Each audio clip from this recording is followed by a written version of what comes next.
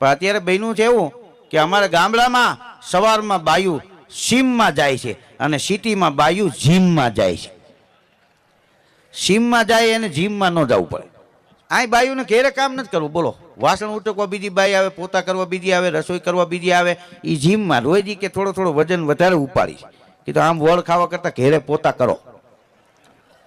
હા હા, પુરુષ એ કોરી કસરત કરે, સવારે 7 કિલોમીટર હાલે પણ ફરી એમ ડોલ પડી, હા આદી કોને મૂકી, પણ તારા ક્યાં ભાંગી ગયા, હું પાડીને મૂકી દે ને એક બાજુ.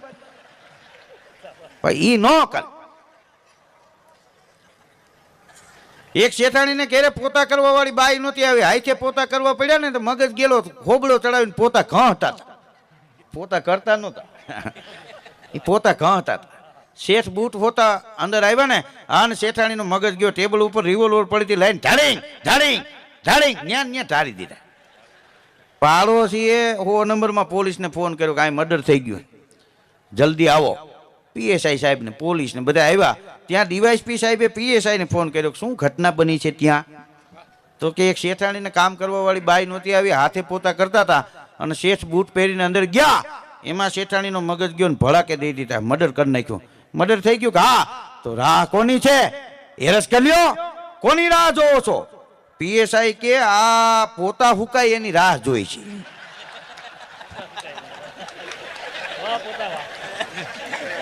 કારણ કે આ હગા ધણીને ઠારી દીધો એ અમને મૂકે. પોતા હુકાય પછી જાઓ.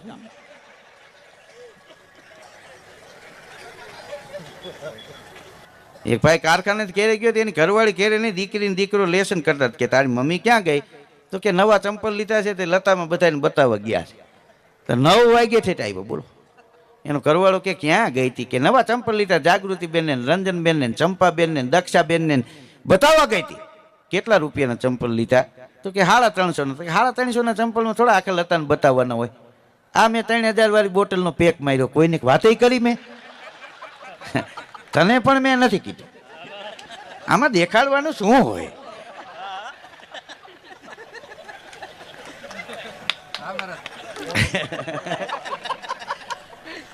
આ તો ઈ હાડી વાળાની દુકાને ગયા ને, 200 ખાડીઓ હેઠી નખવી.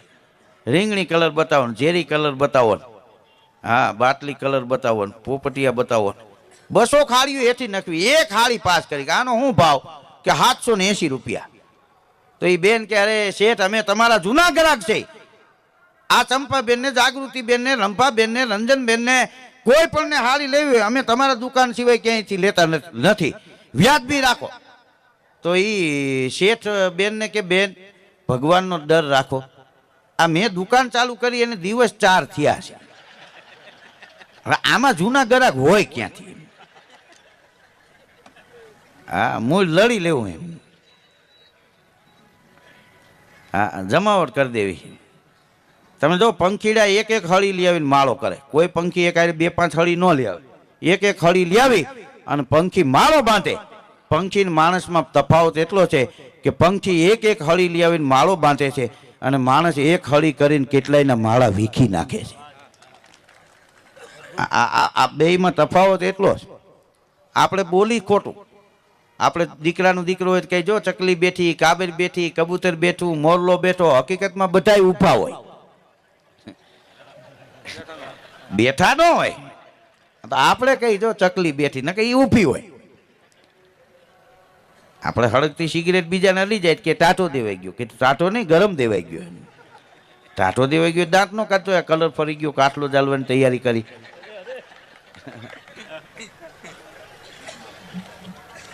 હા, હમણાં વાણંદની દુકાને એક ભાઈ ગયો કે વાળ કાપી દે. વાણંદ કે કાકા ટૂંકા કેટલા રાખું? કે તારી કાકીને હાથમાં ન આવે એવા કરી નાખે. હવે ઘેરે કેવી ધબધબાટી બોલતી છે.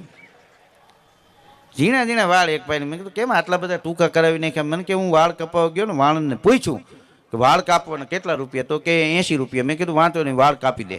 તો કે એને વાળ કાપી દીધા. મેં 100ની નોટ આપી તો વાણંદ કે 20 રૂપિયા છૂટા નથી. તો મેં કીધું 20 ના વધારે ધબકાવી નાખ્યા. કીધું સારું થયું તારી પાસે 500ની નોટ નહોતી.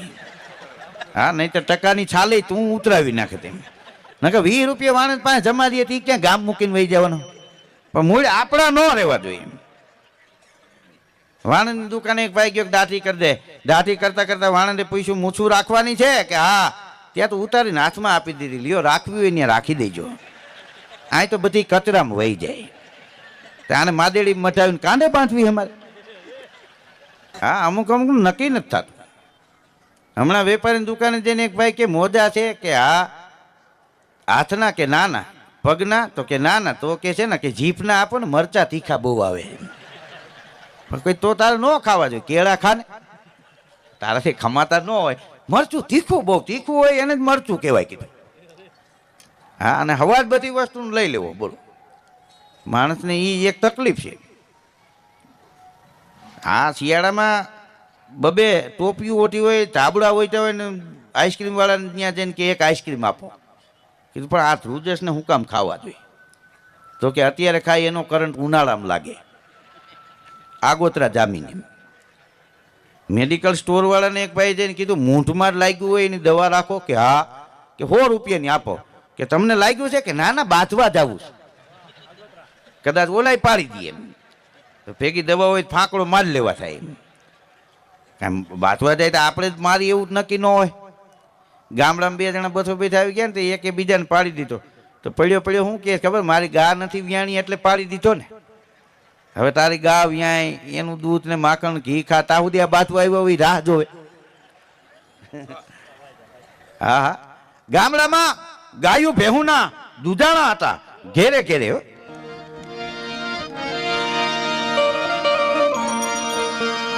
કેવા આંગણે ને દૂધાણા ગોરલ ગાયના,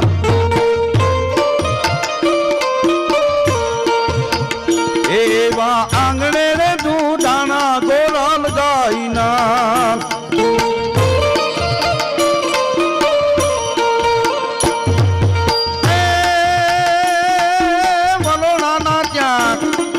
વલોણાના ત્યાં થાય છે ને ધમકાર રે મેલો ના મેલો, એવી મેલથી મોટી અમારી ઝૂંપડી, એવી અમને મારી અમારી ઝૂંપડી. આંગણે દૂધાણા ગોરલ ગાયના અને વલોણાના ત્યાં થાય છે નિત ગમકાર મહેલોના મહેલો, મેલથી મોટી અમારી ઝૂંપડી. આ ગોંડલના કવિએ લખ્યું ને, એ કવિતા વાંચીને અમને વાલી અમારી ઝૂંપડી. ત્યારે એના ઉપર આપાભાઈ કવિએ બીજી કવિતા લખી. તો એ ઝૂંપડીએ કોક દી ઘાટો મારવો જોઈએ. ઝૂંપડીએ કોક દી જાજો, એના મહેમાન તો થાજો. હા, ફંડ ભૂખા રહી પીરસી દેશે પ્રીત ભીના પકવાન, આજ મળ્યું તો આવતા દીની રેડશે નહીં ક્યાંય રાવ. ઝૂંપડીએ કોક દી જાજો, તમે એના મહેમાન તો થાજો. આ ગીત હોય, લોકગીત હોય, કવિતા હોય, ભજન હોય, ખાલી ખખડાવવાના નથી. વાંદરાના હાથમાં નાળિયેર આવી ગયું ને તો હાંજ સુધી ખખડાવ્યું, અંદર પાણી ખખડે ને કૂદકા મારે. તે થાકી ગયો, હાંજે છીપરમાં ફેરવીને ઘા કર્યો, નાળિયેરના 2 ફાડા થઈ ગયા, અંદરથી ટોપડું નીકળ્યું. એ ટોપરું ખાધું ને પછી વાંદરાને એમ થયું ખોટું હવારથી અટાણ સુધી ખખડાવ્યું, ખાવા જેવું તો અંદર હતું. એમ આપણા ગીતો હોય, લોકગીતો હોય, ભજનો હોય, લગ્ન ગીતો હોય, ખાલી ખખડાવવા ખાતર ખખડાવવાના નથી.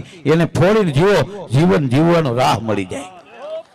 આ આપણા ગીતો છે, આ આપણા લોકગીતો છે. હા, કવિ કાને લખ્યું, સરદાર ને સુભાષ ગાંધી એવા વીર નરો નિપજાવજે, એ વીરની માતા બની આ દેશને દીપાવજે. અરે આઝાદી કેરા યજ્ઞમાં હોમાઈ ગયા હુલાસમાં, અમ દેશની જુઓ આર્ય રમણી અમર છે ઇતિહાસમાં. સરદાર વલ્લભભાઈ પટેલ સોમનાથ દાદાના દર્શન કરવા ગયા. ભઈજો હોય ભોળાને ફૂલ છાપ ભરે, તો પીળું હોનું પહેરવાન ચતુર નારી ઘરે.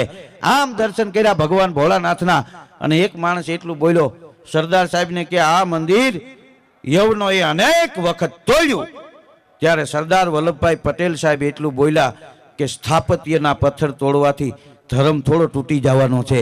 હું પ્રતિજ્ઞા લઉં છું કે આ મંદિર ફરીવાર ભવ્ય ભાતીગળ બનશે, અને ટ્રસ્ટની સ્થાપના કરી.